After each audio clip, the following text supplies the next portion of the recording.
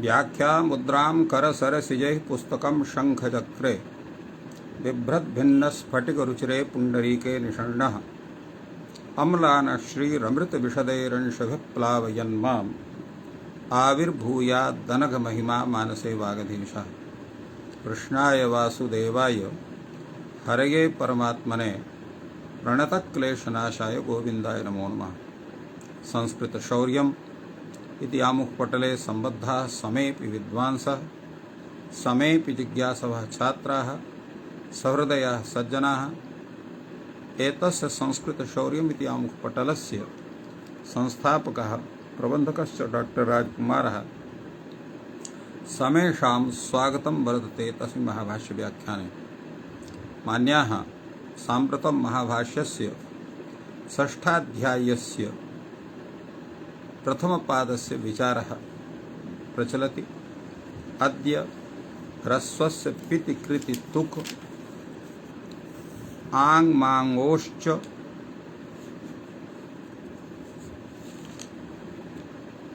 इति संहितायाम् इति च सूत्रत्रयस्य व्याख्यानं जायमानं वर्तते।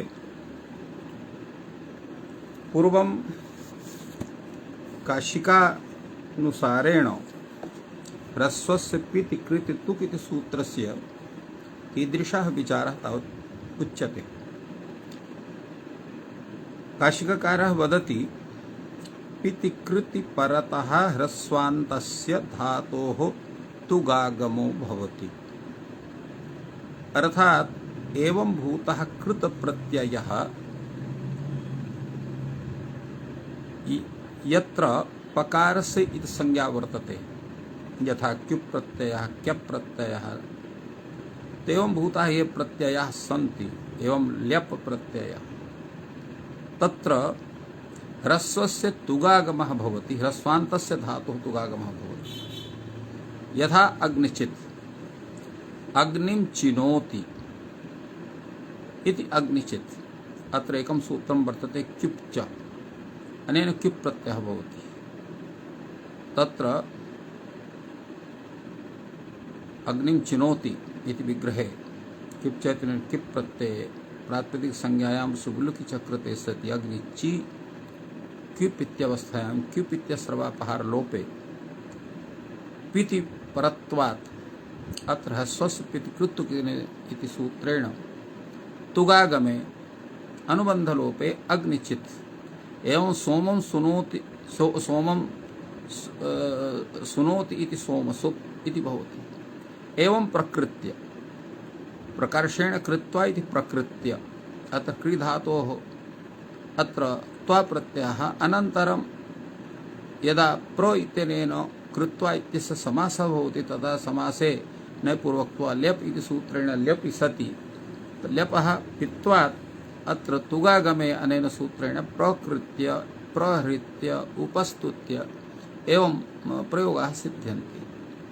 ह्रस्वस्य इति क्रम अर्थात ह्रस्वस्य पिति कृतु इति सूत्रे ह्रस्वस्य इति कथनस्य का आवश्यकता तदा उच्यते ह्रस्वस्य इति न स्यात् तर्हि यत्र दीर्घान्तः धातुः तस्यापि तुगागमः स्यात्। यथा आलूय इत्यत्र ग्रामणीः इत्यत्र आलूय इत्यत्र लूय धातोः अत्र क्त्वा प्रत्यये सति अत्र क्त्वा स्थाने ल्यप् भवति, अत्रापि तुगागमः स्यात्।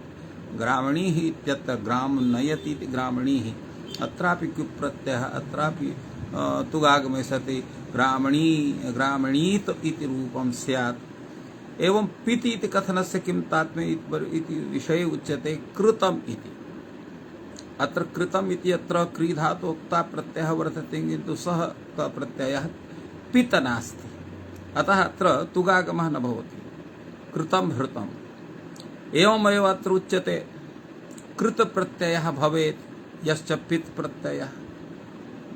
तर्हि कृत चेन्नोच्यते तर्हि तद्धिता यः पित् प्रत्ययः तत्रापि तुगागमः प्रसज्येति। यथा पटुतरा अतिशयः पटुः इति विग्रहे अत्र अतिशयार्थे अत्र तरप् प्रत्ययः भवति, तेन पटुतरः इति जायते। अत्र तरप् प्रत्ययः यद्यपि पित वर्तते किन्तु कृत प्रत्ययः सः नास्ति, अपि तु तद्धित प्रत्ययः वर्तते। अतः अत्र कृति ग्रहणात् पटुतरः इत्यत्र तुगागमे सति पटुत्तरः इति न भवति, एवं तम प्रत्ययः भवति। तम प्रत्ययो पित वर्तते, सोऽपि कित नास्ति चेत् अत्र कृति इति ग्रहणं न भवेत्। अत्रापि तुगागमे सति पटुत्तमः इति रूपं स्यात्। एवं ग्रामणि ब्राह्मणकुलम् इत्यत्र ह्रस्वस्य बहिरङ्गस्य असिद्धत्वात् तुग् न भवति। अत्र ग्रामणि ब्राह्मणकुलम्, अत्र ग्रामं नयति यत् इति विग्रहे अत्र ग्राम उपपद पूर्वकात् णी प्रापणे धातुः क्युप् प्रत्ययः भवति। यतो हि ग्रामणि ब्राह्मणकुलम् इति ब्राह्मणकुलस्य विशेषणसत्वात् अत्र नपुंसकलिङ्गता भवति। तेन सुप्रत्यये अत्र समूर्नपुंसकात् अत इत्यनेन सु इत्यस्य लोपे अत्र ह्रस्वे च कृते सति अत्र ग्रामणि इति ह्रस्वोनपुंसके प्रातिपदिकस्य इत्यनेन सूत्रेण अत्र ह्रस्वः भवति, तेन ग्रामणि इति भवति। अत्र ह्रस्वः अपि वर्तते, पित् प्रत्ययोऽपि वर्तते। तर्हि अत्र तुगागमः कथनीयः, कथं तुगागमः न भवति इति प्रश्नः जायते। तस्य उत्तरं ददाति ह्रस्वस्य बहिरङ्गस्य असिद्धत्वात्। अत्र ह्रस्वोनपुंसके प्रातिपदिकस्य इति सूत्रेण यद् ह्रस्व विधानमत्र जातं तद् बहिरङ्गं वर्तते। तस्य बहिरङ्गस्य तुगागम विषये अंतरङ्गस्य तुगागमस्य विषये असिद्धत्वात् अत्र तुगदृष्ट्या तत्र ह्रस्वस्य अदर्शनात् दीर्घस्य दर्शनात् तुगागमः न भवति इति समाहितवान् अत्र काशिकाकारः। तो एवं व्याख्यानमेतस्य सूत्रस्य काशिका ग्रन्थे वर्तते। पश्यामस्तावद् वयं भाष्यग्रन्थम्। भाष्यकारः कथयति तुकि पूर्वान्ते नपुंसकोपसर्जन ह्रस्वत्वं दिगुस्वरश्च इति वार्तिकमत्र वर्तते प्रथमतया। तुकि पूर्वान्ते नपुंसकोपसर्जन ह्रस्वत्वं दिगुस्वरश्च न सिद्ध्यति। तुकि कृते पूर्वान्ते नपुंसकोपसर्जन ह्रस्वत्वम् अथ च द्विगस्वरः द्विगस्वरस्य न सिद्ध्यति। कथम्? अत्र यथा आराशस्त्रिच्छत्रम् धानाशस्कुलिच्छत्रम् निष्कौशाम्बिच्छत्रम् निर्वाराणसीच्छत्रम् अत्र एवं वर्तते। तात्पर्यं किमस्ति?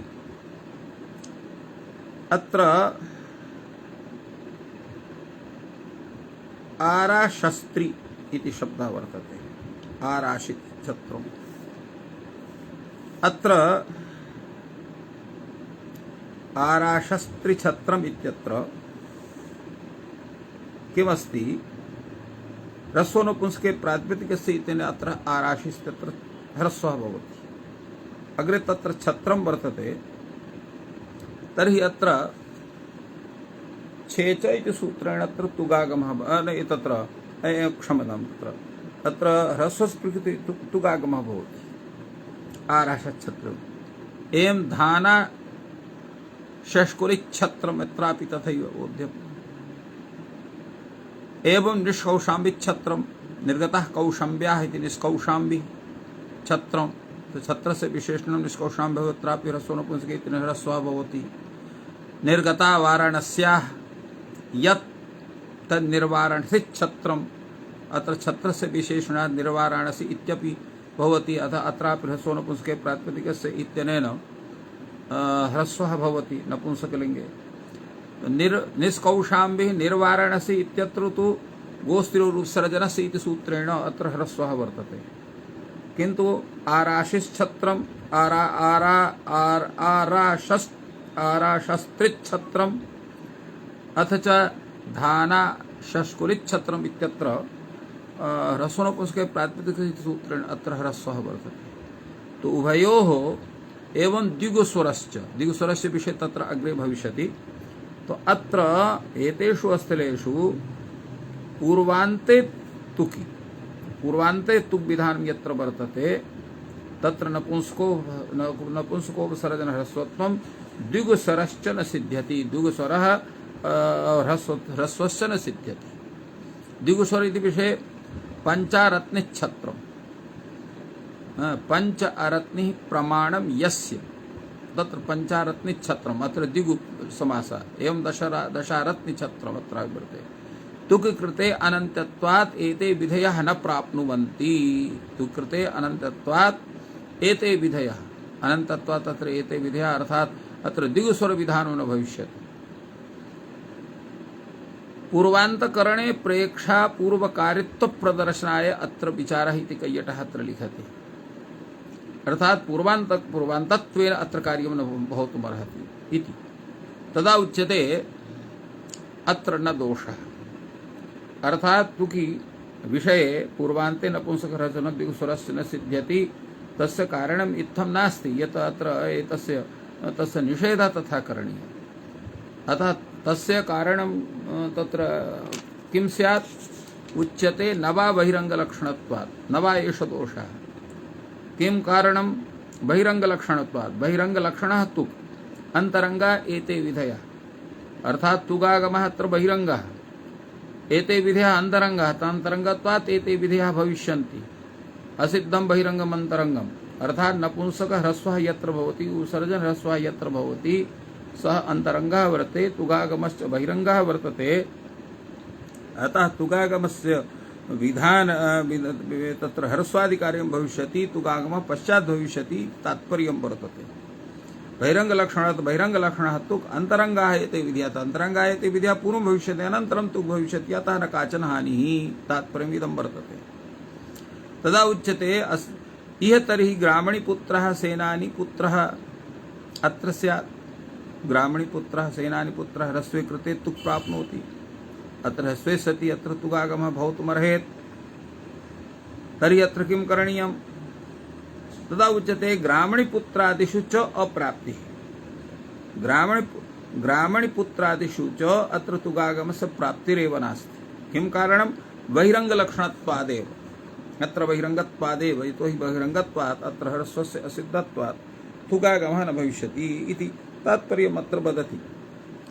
अथवा पराधिः करिष्यते अत्र पराधिः करिष्यते परादि नाम परादिभावः स्यात्। तत्र परादौ संयोगादेः इत्यति प्रसङ्गः परादित्वं चेत् अङ्गीक्रियते तर्हि संयोगादेर् तत्र संयोगादेः इत्यति प्रसङ्गः भविष्यति।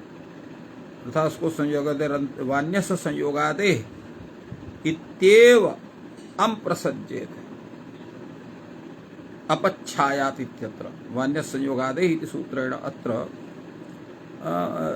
अम् इत्यस्य विधानम् अत्र स्यात्। अग्रे तावत् उच्यते विलोपवचनं च वेश्च लोपः वक्तव्यः।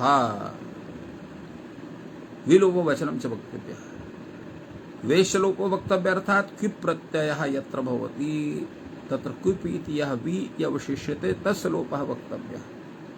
यथा अग्निचित् सोमसुत्यत्र अग्निं चिनोति सोमं सुनोति इत्यत्र क्विप् प्रत्ययः भवति। तत्र क्विप् इत्यत्र ककारस्य लशक्वतेन इति सूत्रेण पकारस्य हलन्त्यम् इत्यनेन संज्ञायां जातायां यः वि इति अवशिष्यते तस्य लोपः अत्र कथनीयः। तदा उच्यते लोपस्तु वेरपृक्तस्य इति सूत्रेणैव स्यात्। किमर्थं भवान् कथयति विलोपवचनं करणीयम्? उच्यते अपृक्तस्य इति वेह लोपः न प्राप्नोति वेरैपृक्तस्य इति अपृक्तस्य लोपं करोति। अत्र वि इति इकार विशिष्टं स्वरूपं वर्तते तर्हि तस्य लोपः न भवितुमर्हति। तदा उच्यते नैष दोषः अपृक्तग्रहणं न करिष्यते। तत्र अपृक्तग्रहणं न करिष्यते।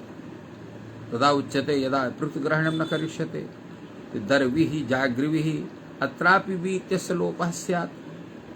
तदा उच्यते अनुनासिक परस्य विशब्दस्य ग्रहणं शुद्ध परश्चात्र विशब्दः अर्थात दर्भिः जाग्रविः इत्यत्र यः विः वर्तते सः अनुनासिकः इकारः तत्र वर्तते। वेरप्रयुक्तस्य इति सूत्रे यः वि इति गृह्यते तस्य इकारः अनुनासिकः वर्तते। अनुनासिक परस्य विशब्दस्य ग्रहणं वेरप्रयुक्तस्य इत्यत्र भवति। शुद्ध परश्चात्र दर्भिः जाग्रविः इत्यत्र विशब्दः अत्र कश्चन न दोषः भवति। तदा उच्यते एवमपि स तु कस्य लोपः प्राप्नोति, अर्थात अग्निचित् इत्यत्र यदा तुगागमः भवति तर्हि तुग् विशिष्टस्य वि इत्यस्य लोपः स्यात् इति कश्चन ब्रवीति।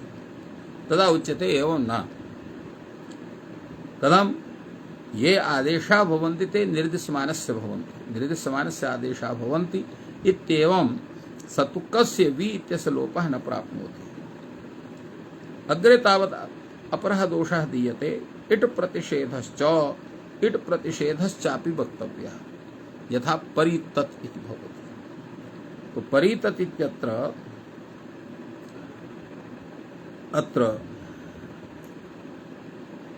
अत्र किमस्ति, परितनोति इति परितत्। तो परितनोति इति विग्रहे अत्र किप् प्रत्ययः भवति। किप् प्रत्ययः सत्वात् परित इति जायते। अत्र यः तकारः वर्तते, क्षम्यताम्, अत्र तनोति इत्यत्र तन धातुः वर्तते, तत्र किप् प्रत्यये सति कौचगमादीनाम् इत्यादि सूत्रेण अत्र अनुनासिकस्य तन इत्यनकारस्य लोपे कृते सति परितो इति भवति। अत्र क्विपि परे अत्र ह्रस्वस्य कृति तुक इतने तुगागमे अनुबंध लोपे कृते सति परि और एवं तत्र इकारस्य दीर्घे सति अत्र परितत् इति भवति। अत्र किमस्ति, अत्र तुटि परादौ क्रियमाणः इट् प्रसंगः। अत्र तुटि परादौ अर्थात परस्य यदा भवति तत्र क्रियमाणः इट् प्रसंगः, तत्र क्रियमाणः इत्र इडागमस्य प्रसंगः भवति। तत्र परितत् इत्यत्र यः दीर्घः स न हि वृत्ति इत्यादि सूत्रेण अत्र दीर्घः संजातः वर्तते। तो एवं अत्र इडागमस्य तुक्कस्य बलादिलक्षणस्य अत्र सतुक् बलादिलक्षण किं भवति, तत् इति। तो तर्हि तत्र अत्र इडागमः स्यात् इति कश्चन ब्रवीति। तत् इति तो इत्यस्य इडागमः भविष्यति। तदा उच्यते एवं तर्हि अभक्ता करिष्यते।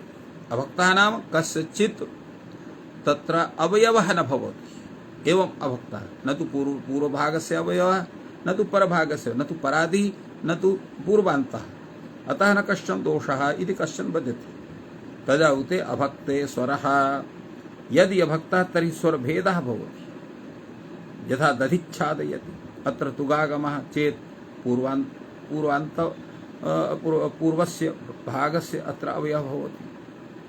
एवं मधुच्छादयति इत्यत्र भवति। तदा तिङ् तिङ्गः, अतिङ्गात् परस्य तिङ्गः तत्र सर्वनिघातः भवति।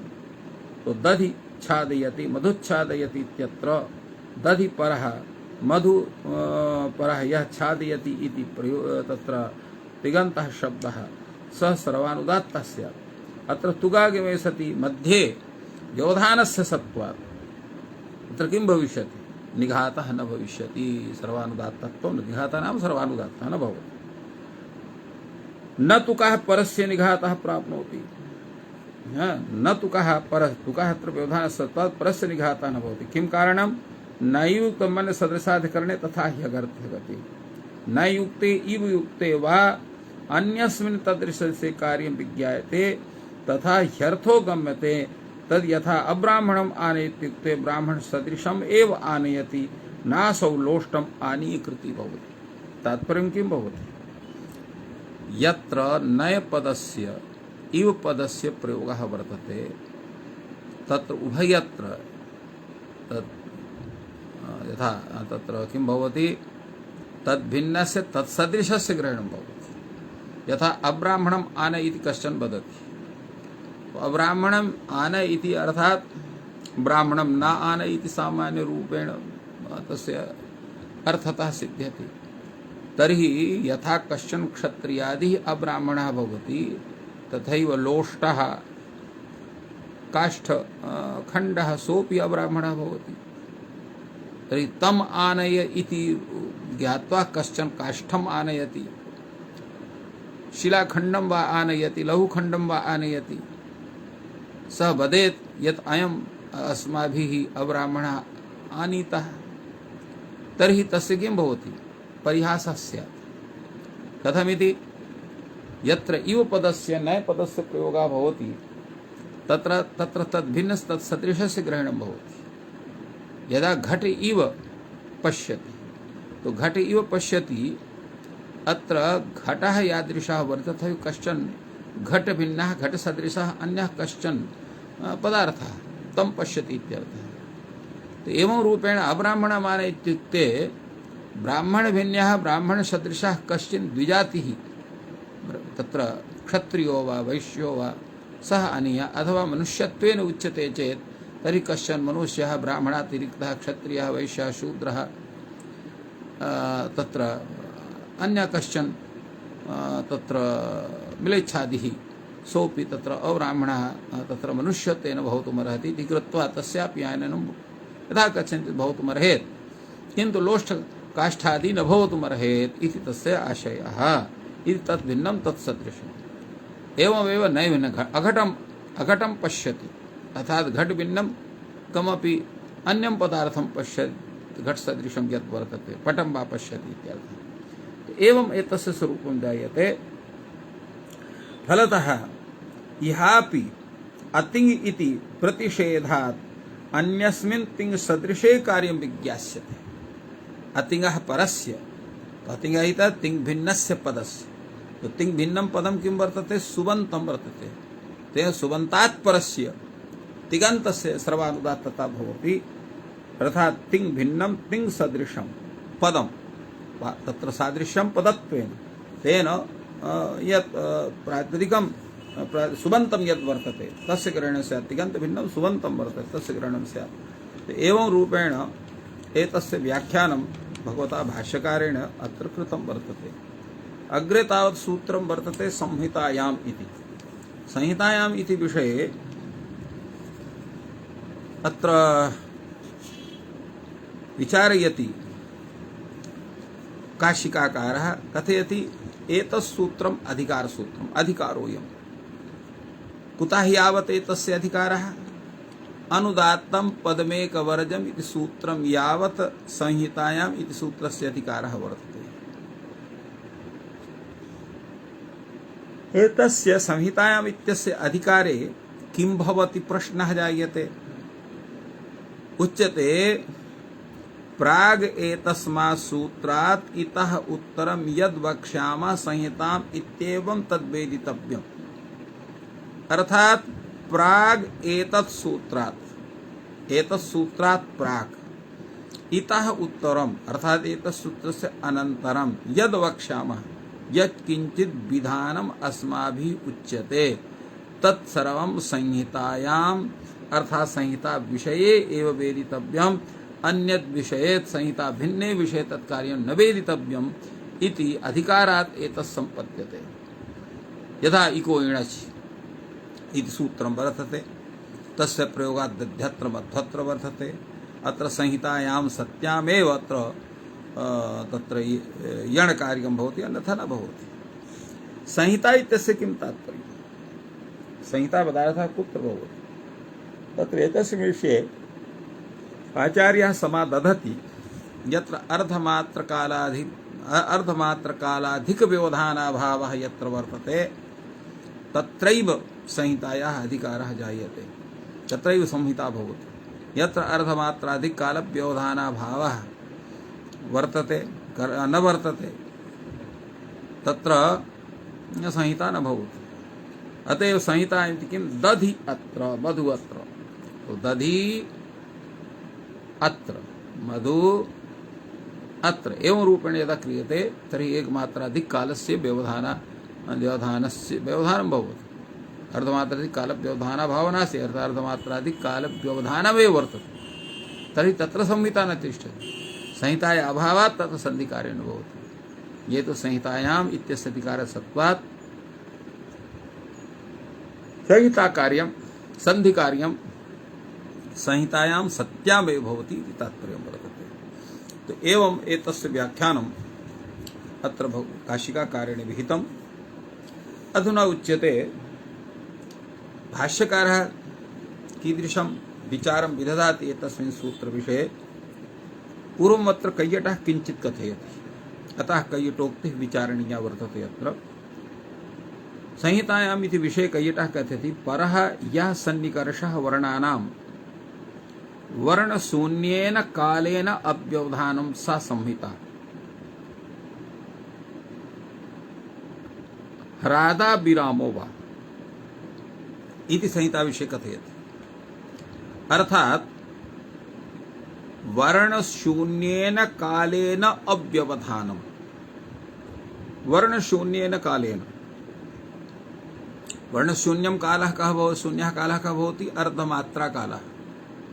तदधिक काल व्यवधानस्य तत्र अभावः भवति।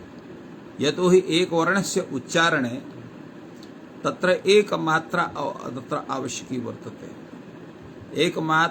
एकमात्रातः न्यूनः कालः यः वर्तते तस्मिन् काले वर्णोच्चारणं कश्चन न कर्तुम् अर्हति। अस्माकं या क्षमता वर्तते उच्चारणस्य, वयम् एकमात्रिकात् न्यूनं यः वर्णः वर्तते, न्यूनः वर्णः वर्तते, तं वर्णं तत्र नोच्चरितुं समर्थः वयम्। अतएव अर्धमात्राकालिकस्य वर्णस्य उच्चारणं कर्तुं शक्यते। तत्र प्रमाणं वर्तते।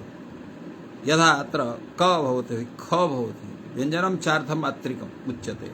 तर्हि क इति व्यञ्जनस्य, ख इति व्यञ्जनस्य आकारं विहाय वयम् उच्चारणं कर्तुं समर्थः न भवामः। अस्माद्धेतोः अतएव तत्र लिखितं वर्तते, हकारादिषु अकारः उच्चारणार्थः। केवलम् एकः एव पशुः तत्र जीवः वर्तते यः अर्धमात्रिकम् उच्चारणं कर्तुं समर्थः वर्तते। स च जीवः वर्तते नकुलः। नकुलस्त्वर्धमात्रिकम् इति लिखितं वर्तते शिक्षाग्रन्थेषु। यत् अर्धमात्रिकस्य वर्णस्य उच्चारणं केवलं नकुलः कर्तुमर्हति, अन्यः कश्चन जीवः न कर्तुमर्हति इति तस्य तात्पर्यं वर्तते इति शिक्षाग्रन्थेषु प्रतिपादितमस्ति। तो एवं अत्र वर्णशून्येन कालेन अव्यवधानं विधानं सा संहिता अथवा ह्रादा विरामो वा। अत्र प्रश्नः भवति, ह्राद इति शब्दस्य कः अर्थः? भवान् कथयति ह्रादा विरामो वा। तत्र कैयटः कथयति, अत्र ह्राद शब्देन वर्णाभिव्यक्ति हेतवः नादाः उच्यन्ते। अत्र ह्राद शब्देन वर्णाभिव्यक्ति हेतवः ये नादाः, ते नादाः कथ्यन्ते। तेन अत्र एक वर्णाभिव्यक्ति हेतुना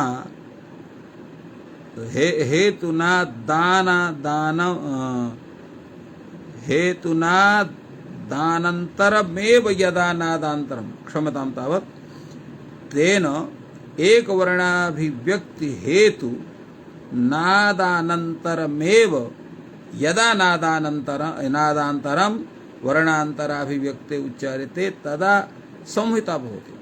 अर्थात एक वर्णाभिव्यक्ति हेतु नादस्य अनन्तरं यद नादान्तरं भवति तद वर्णान्तराभिव्यक्ते उच्चार्यते तदा संहिता भवति इति तात्पर्यम्।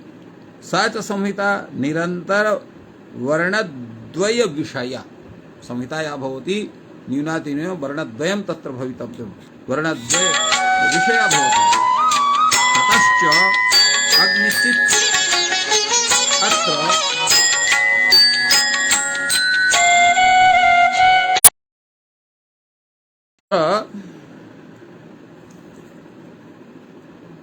तत्र सा च निरन्तर वर्णद्वय विषया भवति संहिता। ततश्च अग्निचित् इत्यत्र अग्निचित् अत्र इत्यादौ अविकाराकारयोः तवर्गीयेण विच्छेदात् संहिता भावात् अत्र यणः अप्रसंगात् निर्दिष्ट ग्रहणम आनंतरे ग्रहणम न कर्तव्यम इति तात्पर्यं वर्तते। अर्थात यत्र संहिता भवति तत्र अर्धवर्णाधिक व्यवधान अर्धमात्राधिक व्यवधान भाव रूपः यः वर्तते तेन संहितायां सत्यामेव कार्यं स्यात्। तत्र तद्विषये अव्यवहित ग्रहणम अनंतर्ग्रहणम निर्दिष्ट ग्रहणम वा न करणीयं भवति इति प्रतिपादितवान् कैयटः। अत्र विषये नागेशः अपि वदति संहितायाम् इत्यत्र या सप्तमी वर्तते सा किं रूपा सप्तमी तदा उच्यते विषय सप्तमी। संहिताम् इत्यर्थः संहितायां विषये इत्यर्थः। तेन इगचोः नैरन्तर्येण उच्चारणे एव यण भवति। इगचोः यत्र नैरन्तर्येण उच्चारणं तत्रैव यण भवति, न तु वर्णव्यवधाने नापि तदरहित कालव्यवधाने। वर्णव्यवधानेपि न भवति कालव्यवधानपि नपि भवति इति तात्पर्यं वर्तते इत्यस्य। अग्रे अत्र भाष्यकारः कथयति एतस्य व्याख्यानविषये वस्तुतः संहिताम् इति अधिकारस्य आवश्यकता नास्ति। अयं योगः शक्यः अवक्तुं। कथम्? अधिकरणं नाम त्रिः प्रकारं व्यापकम् औपश्लेषिकं वैषयिकम्। अर्थात यह आधारः भवति स त्रिविधः वर्तते। व्यापकः आधारः नाम अभिव्यापकः सर्वं व्याप्य तिष्ठति यथा तिलेषु तैलम्। एवं तत्र दध्निसर्पिः संपूर्णं दधि व्याप्य सर्पिः अर्थात घृतं भवति। एवं सर्वं तिलम् अभिव्याप्य तैलं भवति। एवं अत्र अभिव्यापकः आधारः यः अभिव्यापकम् अधिकरणम्। एवं औपश्लेषिकं यथा कटे आस्ते तत्र शय्यायां तिष्ठति। एवं एते प्रयोगाः तत्र औपश्लेषिकस्य भवन्ति। एवं वैषयिकम् अधिकरणं यथा अत्र उक्तं वर्तते संहितायाम् इति विषये इच्छा विषयः, इच्छायाः विषयः, क्रियायाः विषयः। एवं रूपेण क्रियायां तत्र बुद्धौ अत्र इच्छायां तो अत्र वैषयिक संबंधः भवति। यतोहि विषयता संबंधेन यः यत्र तिष्ठति विषये तत्र वैषयिकम् आधारं तत्र अधिकरणं भवति। शब्दस्य शब्देन कः अन्याभिसंबन्धः भवितुम् अर्हति अन्यतः उपश्लेषात्। एकस्य शब्दस्य अन्य शब्देन सह यः संबन्धः सः उपश्लेषः अर्थात अत्र संयोगरूपः संबन्धः उपश्लेषः। उपश्लेषात् कश्चन अन्यः संबन्धः न भवति। यथा इको इणेत्यत्र अच अचि उपश्लिष्टस्य इकः अचि परे उपश्लिष्टस्य इकः यण भवति इति तात्पर्यम्। तत्र अंतरेण संहिताग्रहणं संहितायामेव भविष्यति। तत्र यदा एवं रूपं स्वरूपम् उपश्लेषस्य वर्तते तर्हि उपश्लेषादेव अत्र कार्यं भवितुमर्हति संहिता विषयकम्। अतः संहितायाम् इत्यस्य अधिकारस्य आवश्यकता एव नास्ति इति प्रतिपादयति। अयं तत्र विचारः वर्तते भाष्यकारस्य। अर्थात् भाष्यकारः इमं सूत्रम् एतत् सूत्रं प्रत्याख्याति। अत्र कश्चन विचारः करणीयः यत् एतस्य सूत्रस्य तादृशं तत्र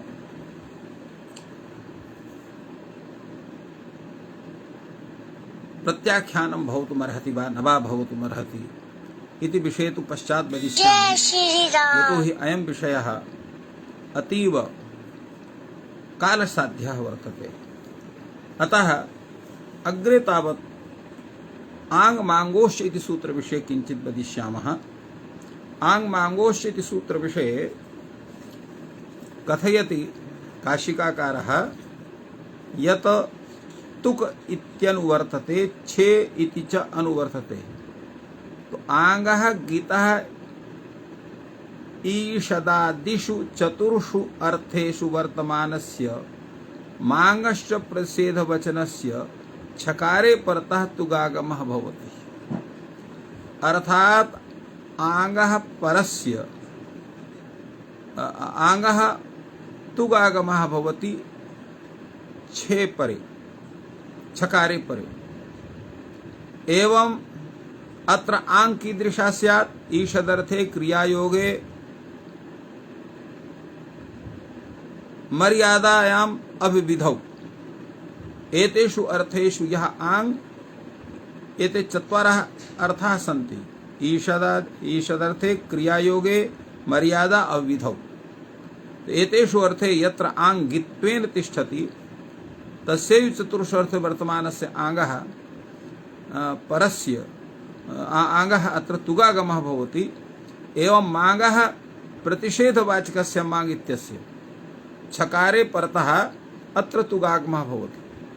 यद्यप्यत्र पदान्ताद्वा इति विकल्पे प्राप्ते नित्यं तुगागमः अत्र भवति। ईषदर्थे यथा ईषच्छाया आच्छाया क्रिया यथा आच्छादयति मर्यादा विधौ यथा आच्छायायाः आच्छायं मांगः इति विषये तत्र माच्छैत्सीत् माच्छिदत् एतानि उदाहरणानि अत्र सन्ति।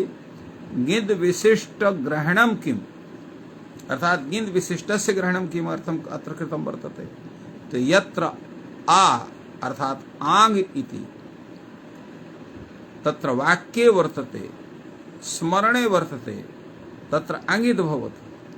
तत्र तु तुगागमः न जायते। आछाया अत्र तो ङिद् तत्र वैकल्पिकः तुगागमः नित्य तुगागमो न भवति। पदान्ताद्वा इत्यनेन भवति। तेन यदा तुगागमः तदा आच्छाय यदा न भवति तदा आच्छाय। एवं प्रमाच्छन्दः इति एवं रूपेण एतस्य विषये विचारः काशिकाकारेण विहितः। भाष्ये तावत् किमस्ति भाष्यकारः कथयति किमर्थम् आंग मांगोः सानुबन्धकयोः निर्देशः। एवमपि स्यात् आमोश्च एवं स्थिति या आमाश्च इति स्यात्। अत्र आंग मांगोश्च अत्र सानुबन्धकस्य आंग इत्यस्य मांग इत्यस्य निर्देशः कथं कृतः वर्तते। तदा उच्यते आंग मांगोः सानुबन्धकयोः निर्देशः गतिकर्मवचनीय प्रतिषेधसम्प्रत्ययार्थः। आंग मांगोः सानुबन्धकयोः निर्देशः अतएव कृतः वर्तते यत आंगः गतिकर्मवचनीय सम्प्रत्ययार्थः अर्थात गति संज्ञा कर्मवचनीय संज्ञा ज्ञानार्थम अत्र आंगः ग्रहणम् अत्र कृतं वर्तते।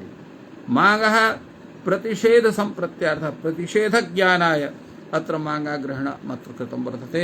अथवा अन्यथा तत्र मा इत्यनेन माने इत्यर्थः अपि ग्रहणं भवितुमर्हति तस्य ग्रहणं न स्यात्। एतदर्थम् एतस्य विचारः एवं भूतः कृतः वर्तते। अत्रैव विरम्यते। सर्वेभ्यो नमः। जयतु संस्कृतं जयतु भारतम्।